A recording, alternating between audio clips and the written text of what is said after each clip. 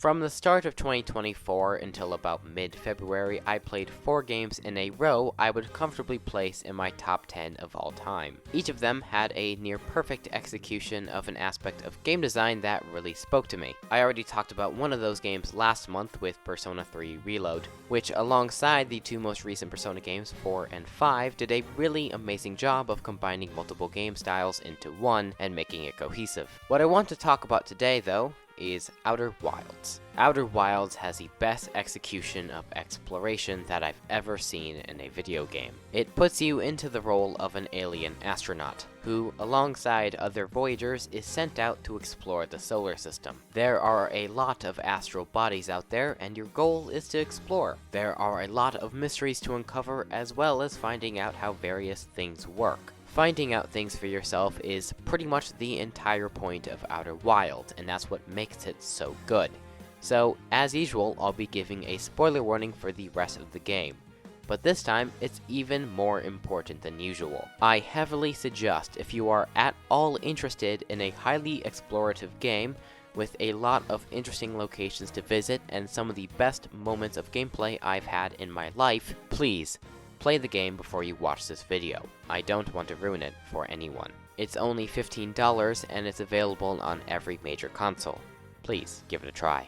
There are going to be a lot of things to break down. The video will be split into 2 chunks. The first half will be focused on the base game, while the second chunk will be focused on the game's DLC, Echoes of the Eye. There are a lot of factors that make the base game of Outer Wilds what it is. As mentioned at the beginning, this takes place within an entire solar system of planets to explore. Much like an open world game, you're free to go wherever you want. During the tutorial, the game does give you ideas on places you can go, but you're free to ignore it for all you want and just go to whatever catches your eye. The most incredible part of this to me is that the only limit to where you can go is your lack of knowledge. Now that I don't mean knowledge as in intellectual, I mean basically just understanding how various things work and at what points you can do certain actions. There are several puzzles and locations that are based around finding out stuff from other places and using the knowledge you gain to solve something somewhere else. For a more early game example, that is learning how quantum objects work, which are basically rocks that disappear when you're not looking at them. You can then find out that you can teleport with a quantum object, go wherever it winds up next, based on an experiment you find conducted by the ancient alien race you're investigating, the Nomai, in a cave on the planet Ember Twin, which you can then take to a much later game area, this one being the Quantum Moon, to solve a particular puzzle there. That is probably the most important game philosophy that Outer Wilds has, setting up puzzles that you can technically solve at any time, but you likely won't if you don't have all the facts. But if you do manage to find something by complete accident, more power to you, as that happened to me quite a few times. Heck, you can even beat the game on your first go-around if you know exactly what to do. You probably won't, but the option still is there. All of that is well and good, but the design philosophy doesn't have much point to it if there is no reason you want to explore. The whole point of the game is to discover more stuff about the Nomai, and for me personally, I wouldn't really care to learn about a fictional race of aliens if I didn't really have a reason to. What am I doing here? Why am I saying or doing anything that I'm saying or doing? Obviously though, Outer Wilds does an impeccable job of making me care right away.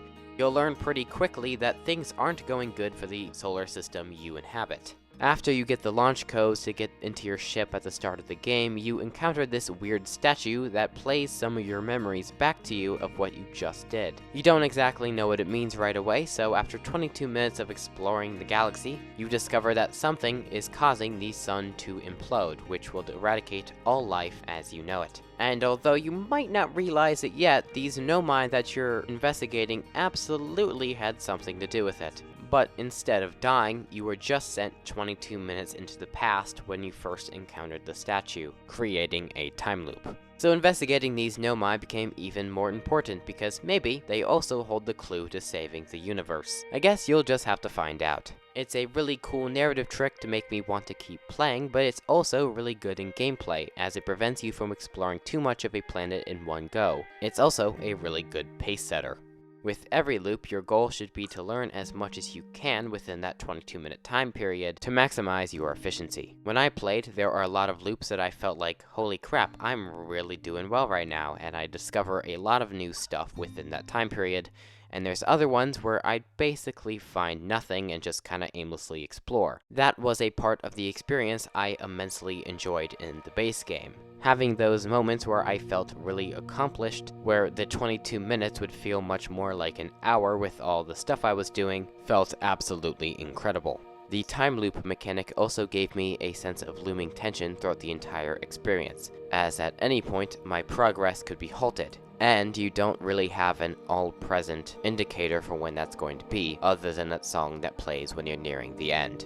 Additionally, it avoids any potential tedium of having to go back, as any information you get within your time loop will automatically be uploaded for your ship's log. You can look back at the ship's log at any time to read about the stuff you discovered and also find out about locations you can go next. It was especially handy for me during several points of the playthrough where I was stuck and didn't know where to go. But the question mark locations on the ship's log would always give me something else to do that might even help me with what I was stuck on.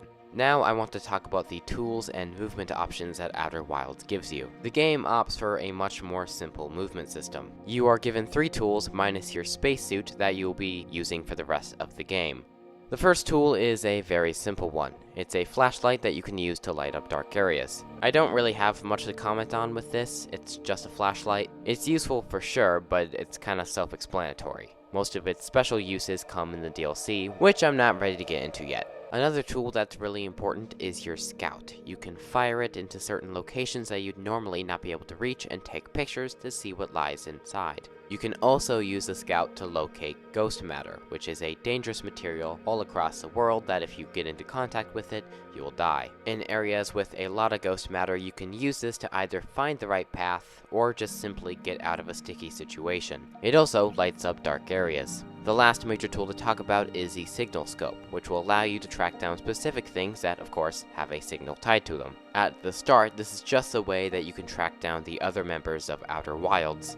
But as you play the game more, you find out that you can track more things, like quantum objects or the 3 escape pods. For my playthrough, I found more times to use the scout, but the signal scope was still a pretty handy tool. There is technically a third tool, being your Nomai translator, which you can decipher all the various writings of the Nomai people. I don't really include it in the same vein as the previous two though, as you get the information from this rather than being able to find the information with the previous two. You're not gonna use your Nomai translator unless there is Nomai text around. That's why I don't count it as a tool, even though technically it does.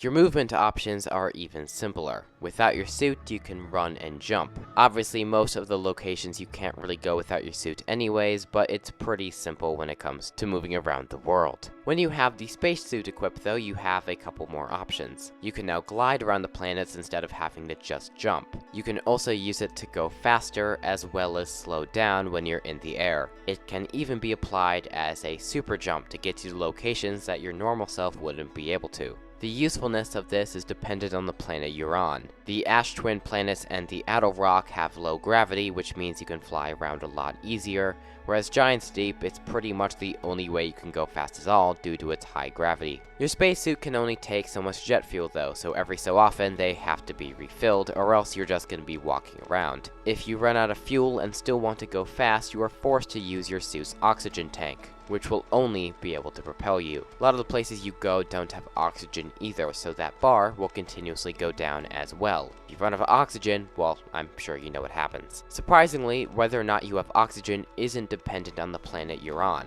It's only dependent on if there is trees in the area. For example, the planet of Ember Twin has your oxygen going down until you get into the Sunless City, which has one of, if not the only location on the planet that has available trees. The idea of trees being your only way to be able to breathe without your tank is kind of silly, but admittedly I find it kind of cute, so I don't really mind its inclusion.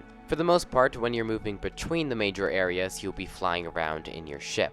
I think the ship movement is as complex as it gets, but it's still relatively simple. When you're flying, you have to make sure you're going fast enough where you can get to locations in time, but not going too fast that you end up crashing. You also can't just fly off in the general direction of a planet. You have to make sure your flight trajectory is the same. If it's too off by the time you reach the planet, you'll likely fall out of the planet's range. You'll end up flying the opposite direction of where you're trying to go. You'll have to counteract the speed that you've already gained by flying too far, which will end up costing you a lot of time. If you don't want to have to deal with trying to drive manually, you can engage the autopilot to have the ship do it for you. This is really good to have, especially in the beginning, because when you start out, you're likely going to be really bad at flying it. I sure was, at least. So having that as an option to not have to deal with the frustration is really nice to have. However, I didn't just use autopilot the entire time. From watching it in the beginning, I learned how to effectively fly, and as the game went on, I used autopilot way less. Flying is never a cakewalk. It had, to my surprise, a lot of depth into how it worked. It's a learning curve for sure, but it feels rewarding when you can finally overcome and master flying. It's kind of like taking the training wheels off of a bicycle. To conclude, Outer Wilds, while generally simple when it comes to movement, still managed to give me quite a bit of enjoyment, especially when flying around in the spacesuit, and in my opinion, fits the game it's in perfectly. Now that we got all the mechanical stuff out of the way, we can finally start talking about the environments, which in my opinion is the most important part of games like this. And that's a good thing, because this is the part of the game that Outer Wilds nails the best. The locales of the various planets are flat out ingenious, and I want to talk about most of them in this video. Since it's so open, you can go to any of these planets from the start of the game, so I apologize if I put these in a weird order.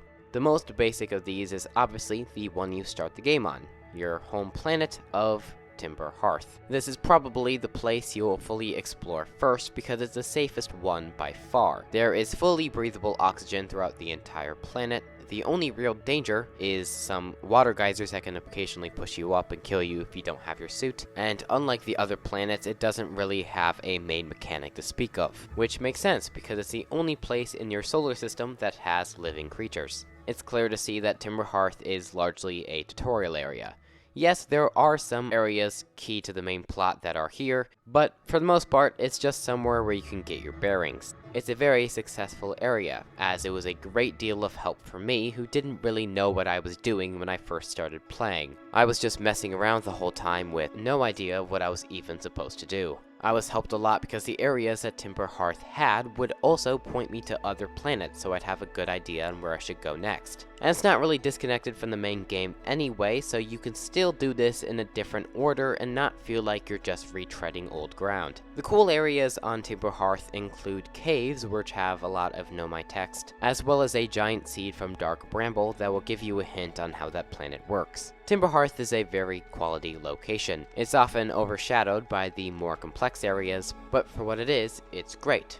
Especially with the art design, as Timber Hearth definitely gives that homey atmosphere, with all of its heavily forested areas. The next major area is actually a duo of planets, being Ash Twin and Ember Twin. Although both of the twins have enough places to visit that they could each stand on their own with the amount of content, what is happening on one affects what's happening on the other. They are bound together by a sort of hourglass. Ash Twin is initially fully comprised of sand, but as the time loop goes on, more of that will be released and put on Ember Twin. The more sand is taken off Ash Twin, the more locations you are able to see and visit. And that works in opposite for Ember Twin, as more sand is going to be added, which means there are less locations you can explore. This is contextualized because most of the locations on Ember Twin that are useful for you are located in caves, and as the sand rises, the more space that is blocked off. Ash Twin is much more open, so the more sand is taken off, the more places are opened up, like teleporters that can take you other places. This introduces the great effort of having to balance your time, since there's only certain points of the time loop that locations are available, so you're going to have to pay attention to when they are, and to make sure you're very efficient of when you go places. Sometimes, for Ash Twin, waiting as long as you can isn't always the smartest option, as some teleporter rooms are blocked off the more you wait, as cacti will spawn that will damage you and puncture your suit.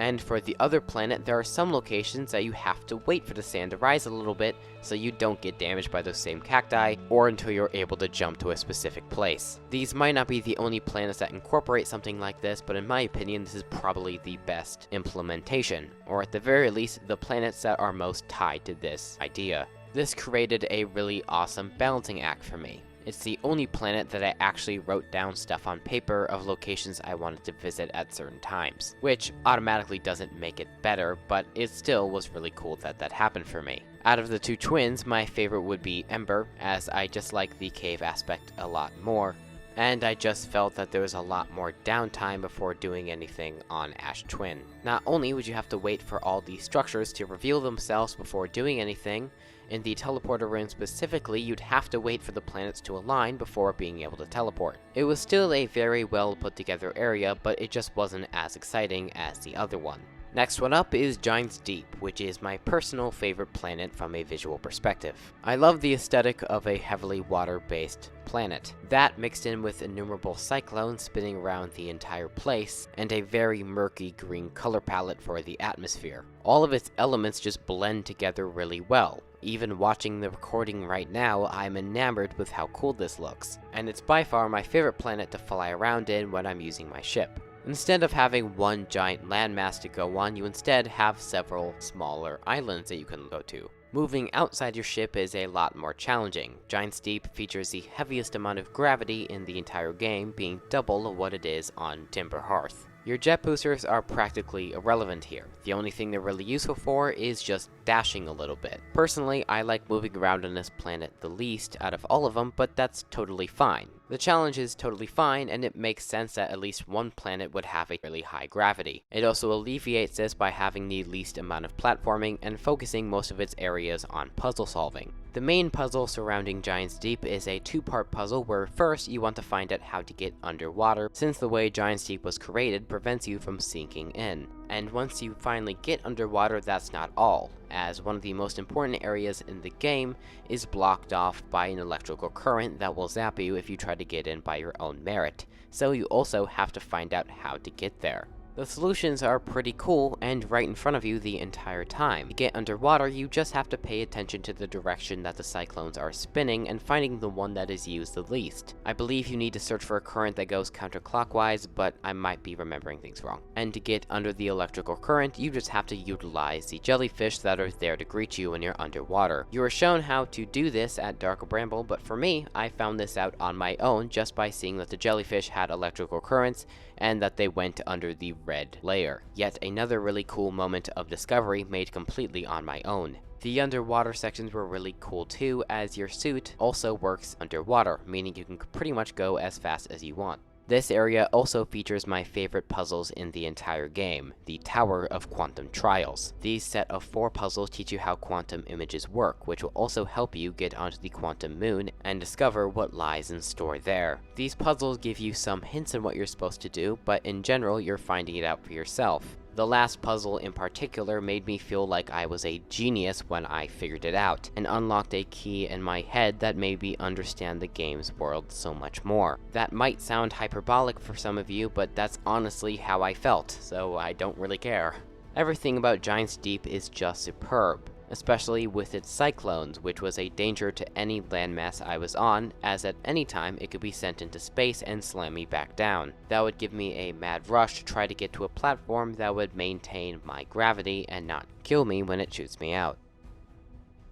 Next on the list is my personal favorite, Brittle Hollow. What makes this planet so great is its incredible use of terrain. As the name suggests, this is not a solid foundation at all. The land slowly crumbles and falls into the black hole as the time regresses. And since now there is fissures in the land, you can explore not just what's on the outside of Brittle Hollow, but also the vast interior. That is where most of the cool stuff is, so most of the time you'll be inside Brittle Hollow, which already has a pretty light gravity. All throughout, there are gravity crystals and platforms that will change your center of gravity, allowing you to walk on walls and basically upside down. Being able to get somewhere and look below and see the area I just was as if it was underneath me was a really cool sight every time I looked around. For an example, my favorite area on this planet is the Hanging City, which was an area the Nomai inhabited. There are 4 separate areas within this massive city, and you move around them by going up and down an elevator, which is quite literally just a wall you can walk on. It's a really cool location as it takes one of the main mechanics that Brittle Hollow introduces and makes it fit within the Nomai culture that they adapted to the planet and made it habitable. That's not the only really cool location. There is also the Tower of Quantum Knowledge, which will teach you how to get to the Quantum Moon, but the wall walking material you need to get up there is broken. But towards the end of the time loop, it falls into the black hole, so you can use your scout to find out when the tower is going to fall in. And when it does, you can follow it in and use the zero gravity to help you get inside. There is also a Nomai laboratory and a camp set up by your Outer Wilds member Rybeck. And there is a lot I haven't even mentioned. I'm not going to mention everything because I feel like that would be a waste of time. But my point is, Brittle Hollow packs quite a punch. Both in its visuals, which has a really cool winter aesthetic with the blue ice and the snow, with heavy amounts of purple coloring as well, mixed in with a lot of cool locations and a black hole that felt like an imminent threat that I could easily fall into and lose a lot of time. And even more so than the cyclones on Giant's Deep, I always felt like I was in imminent danger, as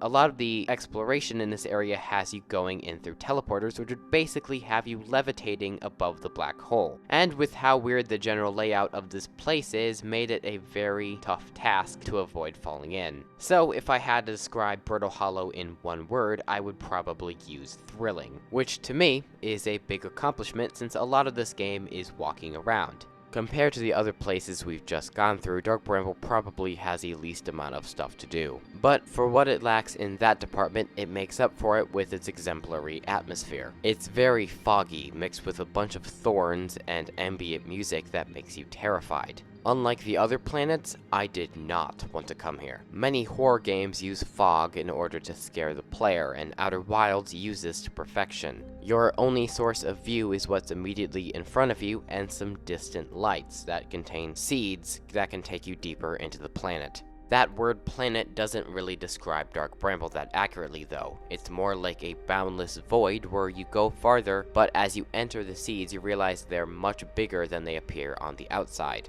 The fog isn't just for show. You are not alone in Dark Bramble.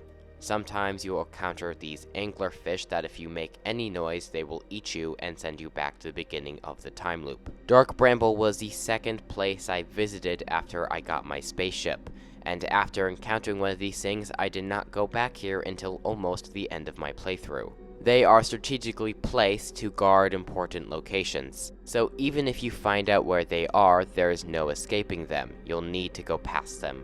So, you'll need to figure out how you make it past the anglerfish without making noise, and without just stopping in place. To mess with us even more, the anglerfish have lights that look suspiciously like the seeds you need to enter to make it farther in the area. So chances are you're not going to get through here without getting eaten at least once. Outside of the camp of one of your Outer Wilds members, there is 2 main areas of Dark Bramble.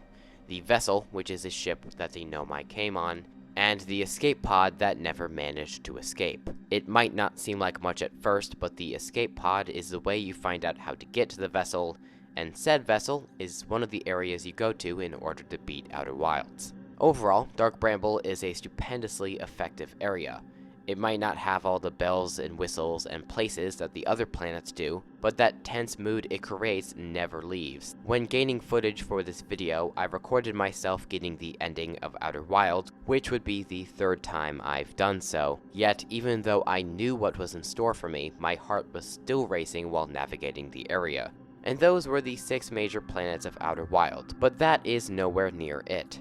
That goes without talking about the moons of Timber Hearth and Brittle Hollow, the Addle Rock and Hollow's Lantern respectively. There are also several space stations, and you can explore the Interloper, which is the icy planet full of ghost matter that explodes into the sun. There is not one location in the entire game which I would consider bad, or even mediocre. Everything was really unique, and having a lot of stuff to do in each location, major or minor. Even Breath of the Wild, which has an amazing open world as well in terms of exploration, has a couple areas I'm not that fond of. I honestly have nothing to critique at all. I really loved every place, and I really don't want to undersell how awesome it is. So having great movement and world design would be enough, but that's not all. I've already talked about puzzles quite a bit when talking about the individual areas, but the central mystery is the most important part. All of the other puzzles are building up to the eventual climax where you try to get to the eye of the universe and stop the end of the world. Everything you learn will eventually lead you to your successful run. There are systems you can only find out by studying the history of the Nomai. Through their writings, you find out how they created cities, studied the effects of quantum objects, and how, in their search for the eye of the universe, ended up destroying the universe. So what you, the player, needs to do is take the information they gained and use it to do what they never could: find the eye. Firstly, you need to have complete understanding of how quantum objects work. They disappear when you're not looking at them, sure, but as the game will take you through, your player doesn't directly have to look at them to keep it in your view. Taking a picture of said quantum object will always keep them in visible sight and prevent them from disappearing. Taking this into consideration, this will allow you to land on the ever-elusive, omnipresent quantum moon. And as long as you find your way into the Tower of Quantum Knowledge on Brittle Hollow and a specific cave on Ember Twin, you are able to solve the main puzzle, which will take your quantum moon to the eye of the universe. Since you standing on the moon will prevent it from disappearing from you, turning the lights off in a particular building will allow you to flicker through different areas until it takes you to the eye of the universe version of the quantum moon. This doesn't count as actually being there though, as it's merely a reflection of what the eye looks like, so you're not beating it this way. Solving all the puzzles will lead you to the coolest encounter in the game, outside of the ending of course. On the Eye of the Universe's quantum moon, when going to the South Pole, you are encountered with a Nomai, the only Nomai that actually managed to land on the quantum moon, and therefore, by going to a specific location, is still alive, even though the rest of her race died out. This conversation gives out a lot of lore and information that was really enjoyable for me to do. I was definitely not expecting to talk to an actual Nomai, so this was a very helpful thing. Technically, you don't need this conversation in order to beat the game, but it surely does help, and it gives a slightly better ending if you do manage to have this encounter. Secondly, by going under the water in Giant's Deep and finding the probe tracking module, you are able to discover the coordinates of the Eye of the Universe, which you can't really use right now, but say you found a bigger ship, maybe you'll be able to use it there. Thirdly, speaking of ships, in Dark Bramble you can find the vessel, which was the old Nomai ship that they flew in from. The ship is currently powered off, but there is a spot you can put a warp core if you are ever able to find it. And finally, if you are able to use the right teleporter on Ash Twin to get inside the planet, you will discover the Ash Twin project. This is where the time loop was created. The reason you are forced back in time is caused by the experiments done here. In addition to a ton of lore, you are also able to find a warp core that, if you remove, will end the time loop. Warp core, huh? Once you successfully piece together the information you need, you discover you need to take the warp core from the Ash Twin project, which will effectively end the time loop, and take it to the vessel on Dark Bramble to power up the ship, where you can then place in the coordinates for the Eye of the Universe and be the first person to successfully travel there. The game does not explicitly tell you what to do. You have to piece it together yourself to see what happens. Finally doing that was like a gigantic light bulb going off in my brain. This sequence from now until the end is the best part of the entire game. The beginning is so exhilarating and tense. You have the warp core now, which is your key to finding the thing you've been looking for the entire game. But now, you have to go through Dark Bramble. And if those anglerfish get you, or you run out of time, it's over.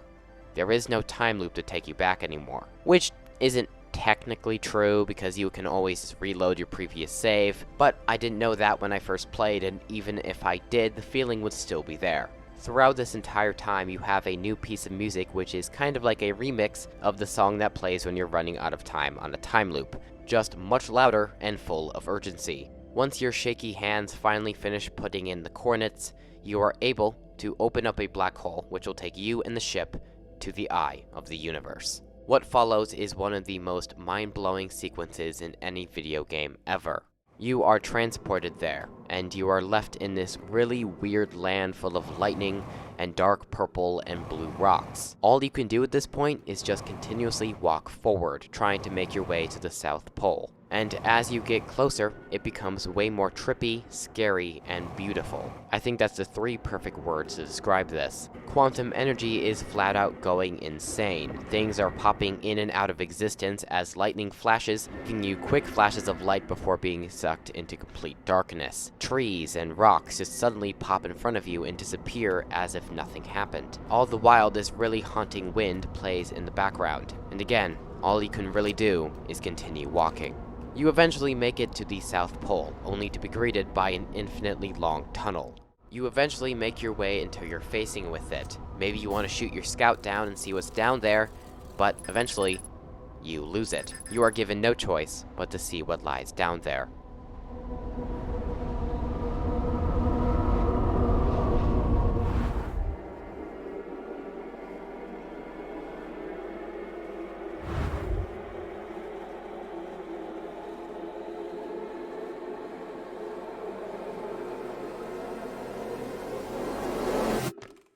And then, the mood changes. Suddenly, you're back in the observatory on Timber Hearth. But the exhibits are surprisingly up to date. It talks about how despite your best efforts, you were not able to stop the universe from ending. Getting to the eye wasn't some magical thing that could stop something that was already set in stone. And I guess that makes sense. You find a map to find, of course, you're not actually on Timber Hearth. In fact, you're outside of your galaxy. You were then teleported to a forest full of trees and lights that, as you go deeper, eventually flicker out and leave you in nothing. The forest is empty. You can only wander on, but eventually something changes. You are eventually able to spawn in a campfire and one of your friends via quantum means. This friend is Esker, and he tells you to go find the other music instruments playing, which will lead you to another one of your friends. You have to solve a few puzzles to get to them, but it's mostly just a trip down memory lane. You have to find all the musical instruments they play, which will bring them around the campfire for one last song. You and your friends play the best rendition of the main theme one last time all together. It's one of the saddest but most uplifting endings to a game I've played. I honestly expected to just win and save the universe and be the hero. And although the actual outcome is still kind of happy, it successfully subverted my expectations. Eventually, a great sphere opens up above the campfire. All that remains is to jump into it and see what happens. You are unable to stop your own universe from ending, but at the very least, you created a new one. And thus completes Outer Wilds. I'm not sure I can really convey how magical this game was. It's definitely not without its flaws, and I don't think anything is, but the ending and the game as a whole gave me such an amazing experience that I don't know if I could have conveyed it in a way that I'm happy with. It's been said before, and I'm going to say it again. Outer Wilds is a game you can really only experience once. You can definitely play it again, but the experience you get from discovering things for yourself is only gained from one playthrough. And I think it's part of its charm. As I said at the beginning of the video, it is comfortably in my top 10 of all time. And I don't think I'm gonna forget this game anytime soon. But that's not all. I've left out something really important that I've saved till now. Outer Wilds received a DLC called Echoes of the Eye. This added more lore to the base game, as well as a planet that's larger than any other, and an entirely new game mechanic. I didn't do any of the DLC before I beat the game my first go around, so I played it all at once. So I had one question going into my mind. Is the DLC really as good as people say it is, or would it fail to live up to the base game? To be blunt about it, Echoes of the Eye is one of the most impressive DLCs I've ever played. Although I'm confident in saying that, it is also one of the most frustrating I've ever played. This DLC contains a new planet in the form of a cloaked alien ship called the Stranger. You can uncover it by finding a black dot that forms in front of the sun, which you can fly into. Although you only get one planet, the amount of stuff you can do is on par with the length of the base game, if a little shorter. While looking like a typical spaceship from the outside, the inside is quite lush. The Stranger is actually a gigantic ring planet. Most of your travel is done by a light-powered water raft. There are many settlements along this ring. These areas, the River Lowlands, Cinder Isles, Hidden Gorge and the Reservoir were clearly inhabited by someone at some point, but it wasn't the Nomai. There are some alien texts you can find on specific places, but you can't translate it because it's an unknown language. These aren't just ruins either, they're normal-looking houses, and instead of reading any logs or text, you instead use slide reels to watch literal PowerPoint presentations of this mystery race's history. It's all distinctly alien, which I get isn't that big of a statement considering there aren't any humans in this game, but unlike the Nomai, you didn't know anything about these guys, you just stumbled upon them. And if there aren't any of them around, the question is, where did they go? Even less so than the base game, Echoes of the Eye gives you no direction on where you're supposed to go. Even the base game had some NPCs that would give you ideas on where to visit, but here you're on your own. I see the appeal in this type of approach, and I think it can work well, but for me, I personally prefer at least getting a little bit of direction before I'm let loose. I view this, when worked well, as a kind of pushing off point. I still have a very open playthrough where I explore a lot, but I still have at least an idea of what I'm supposed to be doing. Echoes of the Eye does not go for this approach, and although it's not damning, it sometimes made the early portion of the DLC feel like I was doing something wrong and not getting anywhere, and not really knowing what I was doing. It didn't feel like I was just stuck on a puzzle that was troubling me, it felt like the game wasn't properly conveying where I should go next. That didn't last too long as I eventually found out what I was supposed to do and started to have fun, but believe me, this feeling isn't going away anytime.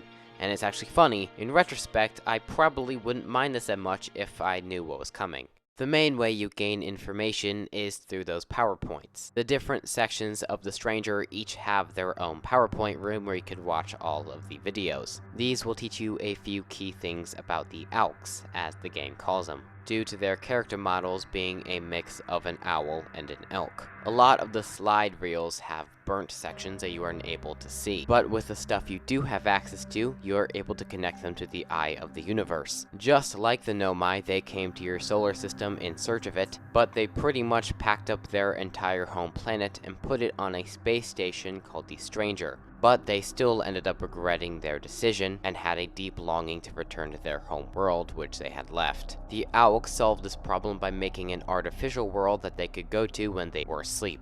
You'll also learn about a mysterious prison structure that the Auks built. For some reason, the Auks hid something in there, and the only way to access it is by going to the artificial world. Even when you first find out about this location, it seems of the utmost importance to try and find. And finally, they give you information about a particular Auk who was devastated by what he saw in the end of the universe. But all of that connects back to the artificial world. By paying close attention to the presentations left behind, you can find out how you too can gain access to it. In the recording, Auks used an item called the Artifact and fell asleep by a campfire in order to enter the world. So, if you can locate an artifact and do exactly what they did, you can access the second major area of this DLC, an area that completely changes up the genre. While still having a heavy focus on exploration, this portion of the DLC changes things to a survival horror. As in case you're wondering where all the Auks went, they're here, and they're not happy to see you. The Dark World is pretty much an inverse of the outside place. There are again 4 major areas, each swarming with Auks and additional lore about this race. By getting to the end of these areas, you are able to watch more slide reels that this time have not been censored by burns, while also pushing you closer to beating Echoes of the Eye. And that is the general structure of this DLC. Although I've talked about it being a part 1 and part 2 for the different areas, you technically can do it in any order you want. You don't have to fully explore the Stranger before going into the artificial world, just that with how these areas are laid out, most people playing will have this type of progression path. But with all of that being laid out, what do I actually think about the DLC? Let's start out with the positives. Both major sections of The Stranger are visually gorgeous. The light area takes everything I loved about Brittle Hollow and Giant's Deep design, for Brittle Hollow it being the massive circular planet design, and for Giant's Deep it's its heavy emphasis on water, all of that combining to make my favorite area in the entire game. The dark area is just as pleasing. It reminds me of an old camping lodge when it's lit up, and when the lights are turned off, it's oppressive. It's pretty much impossible to see anything outside of your regular view unless you use your flashlight. Speaking of light, I like that both areas of the Stranger make heavy use of your flashlight. Even in the light area, there's a lot of places that are too dark for you to see normally, so you have to use your flashlight. Doors, rafts, and elevators are also powered by it. And overall, it's really well put together. I might have some complaints with ambiguity of puzzles, but I think the visual design and the novelty of the slide rails was enough to save it. However, the artificial world is where I draw problems. Cycling back to my point on light, its uses in this area are obvious. It's pretty much your only source of vision. Since it's so dark, the artifact is pretty much the only way you're able to see, but on its own, you only get a small radius around the player of where you're able to see. You are able to focus that light so you're able to see farther, or conceal it to keep things in the dark. And you're going to need to do that, as your main source of vision to get through this area is also the main thing that's going to kill you. The Auks are only able to see you if your flashlight is on. And that idea is so cool to me. Having your only tool be not only a source of hope, but also of despair is a really cool concept for a horror game. But beyond that cool mechanic, I don't really like these sections at all. I'm going to be honest and say that in video games, I don't have much experience in the horror genre, but that's not where the issue comes from. I love the tense atmosphere, and I find the Auks to be really intimidating enemies. However, everything else is disappointing. First off, I'm just not a fan of the level design of these 4 areas. The puzzles are very obscure, even more than the outside. Even after I fully exhausted everything the outside of the Stranger had to offer, I had no idea what I was supposed to do in these dark areas. They were all sprawling, gigantic areas that I had no idea what I was even supposed to be doing, that I ended up bashing my head against the wall while trying to get through it. I understood that I had to find the archive so I could watch the unfiltered slide rails, so most of the last half of the game was me just wandering aimlessly, hoping that I could find where I'm supposed to go. And mixed in with horror elements that will kick you out of the area if they find you, made the exploration unfun. I can see how one could argue that it's supposed to be explorative, so of course the areas are really big. I still think that it's a detriment. The areas were never fun. They were so bad that I almost stopped playing the game 3 times forever because I just didn't want to do it anymore. Maybe it just speaks more to the type of player that I am, but I don't like wandering aimlessly without even a hint of direction, especially if it's a horror game where I don't want to be in an area for really long because I'm supposed to be tense. I'm supposed to want to beat these areas as soon as I can because I'm scared or whatever, where the puzzles really just stem down to figure it out and to just throw yourself at a wall until you get it right. It's not that I dislike open level design. In fact, a lot of the open worlds I've played, I've really liked. But to use Tears of the Kingdom as an example, although you're free to roam about the world in any way you want, you always have some idea on where you should go for important story progression. And while just exploring, there is always some big landmark on the horizon, so you're pushed into going other places. Heck, Outer Wilds already does a really good job at this, and I think that's what the stealth sections are missing. That's not all though. I also really don't like the enemies. Although they're visually formidable, I am not a fan of how they were implemented. Them being unbeatable is nice, and sending you out of the dream instead of just flat out killing you is very preferable for pacing. These enemies should push you into learning the areas more. That way you're able to use your light less and avoid provoking them. However, when I did that, I would always just run into them and they'd automatically catch me without even being able to see me. They have their own flashlights, but they don't use them. They're just content to stand around in the dark and wait for you to run into them. I don't know, maybe their eyes should be illuminated a little bit more so I can actually be able to tell when they're always standing right in front of me, because the feeling of banging my head against the wall that I got was mostly due from running into them by complete accident. Not because I was stupid, just because I was unlucky. Defenders of this part of the game tried to argue that it's not really a stealth horror game, it's just a puzzle game using those elements. And I guess I can see where you're coming from, but even still, if that were the case, the way you solve these enemies is just by baiting them into and just running by them. It's not very satisfying at all when I started doing this, and it felt really cheap when I beat one of the 4 areas when I literally just took advantage of the Auks and just baiting them into a different area instead of actually learning how to get past them without using light. It just doesn't feel natural, and I don't feel accomplished whenever I complete this. In case you can tell from the footage, yes, I am using the reduced frights mode that made these enemies easier and doesn't play the track that plays when they chase you. This mode was meant for people that don't want to play this because of the scary sections, but I used it because I think the AUX AI is really stupid. But for me, that was the only way the baiting solution ever worked. If you disagree with me, that's perfectly fine, but I still think there's a big issue with this gameplay that boils down to more than just me needing to get good. I don't think the reason the horror sections fail is because of the developers not being able to do it. Actually, quite the opposite. I think with this groundwork, the developers can make a really good survival horror game. It's just that Outer Wilds was not built for it. It is the same as an action game adding in platforming or puzzles in Mass Effect 1. I believe that Echoes of the Eye actually does better at the genre switch up than most of their games, but it still misses the mark. Nevertheless, I still managed to beat Echoes of the Eye by going into the prisoner's vault and setting him free, but it was completely on accident. Normally, before rescuing the prisoner, you need to go to each of the 3 forbidden archives at the end of the stealth section so you can get all the information you need. At the end of each of these, they have one bit of information that you need to rescue the stranger. These are basically the secrets of how this artificial world works. Before I explain, let's quickly go over the discoveries. 1. There is a second way you can access the prisoner's keep. By traveling through the different areas and going through the cave, if you jump out at just the right time, you're able to fall through and get to the lair. This will help you extinguish one of the prior locks that was previously unreachable on the normal entrance. 2. The artificial world truly lives up to its name.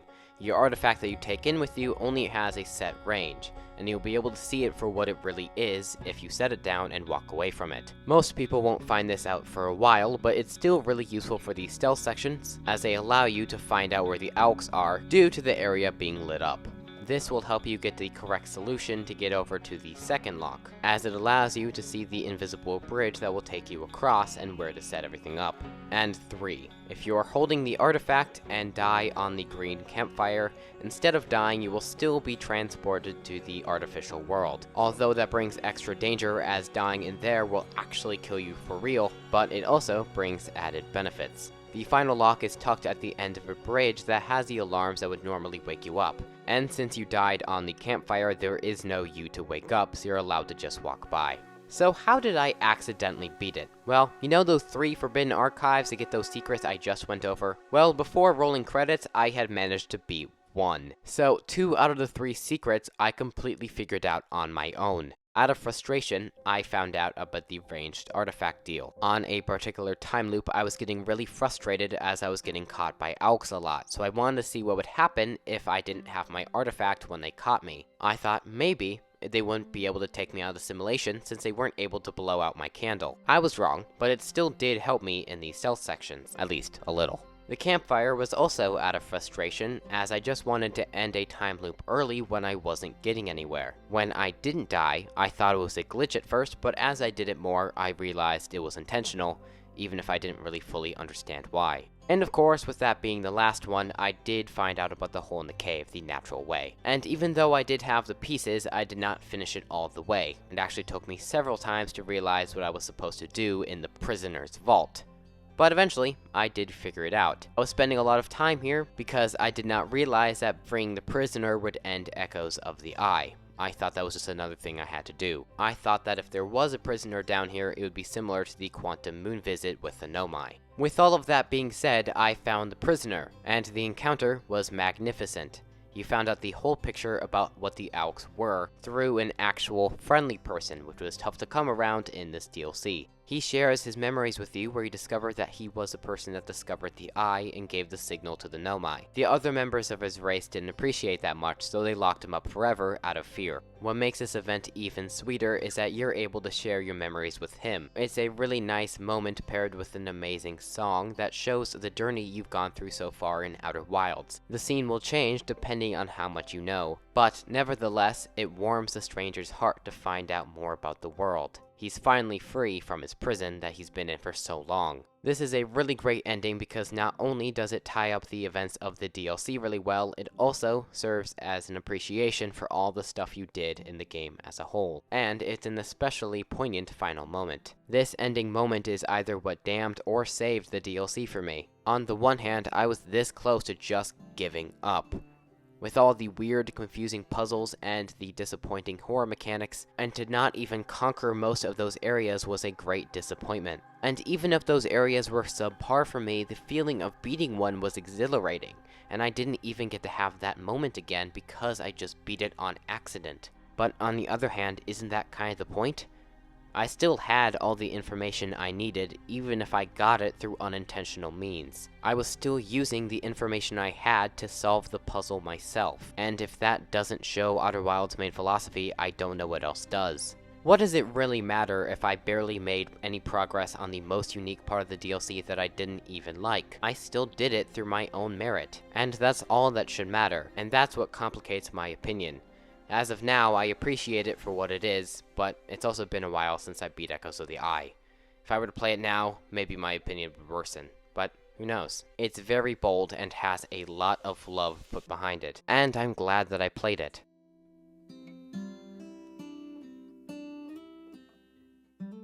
When it comes to video games and exploring worlds, I think Outer Wilds is the best example of this. It's far from the only example I can give, but it makes so many great decisions, and houses so many great areas and moments that I have to choose that as my favorite. I hope you had as good of an experience with Outer Wilds as I did, and enjoyed this video as well. I would assume most of you watching did enjoy Outer Wilds, as this is one of the most celebrated games of all time. This video was almost never made because I was wary of getting into it with how much this game has already been discussed. So that intimidated me with doing this project, just with how much has already been said. Like with most of my favorite games, I was extremely late to the party. In fact, this time, it was 5 years late. So, I hope people care enough about this game to watch this, as this is a very different game for what I usually cover on this channel. But, I said screw the algorithm, I love this game so much, I want to talk about it anyway. And who knows, if this video does well enough, I might cover other games I've never would have done otherwise. And trust me, I have quite a few in mind. Speaking of that, before I end off, I want to briefly talk about one thing I mentioned at the beginning of the video. In case you don't remember, I said at the beginning of the year, I played 4 games in a row I consider to be in my top 10 of all time for doing certain elements of game design I really like, especially well. We've talked about 2 of them on this channel so far, and while I might make videos on the other 2, it might not end up happening.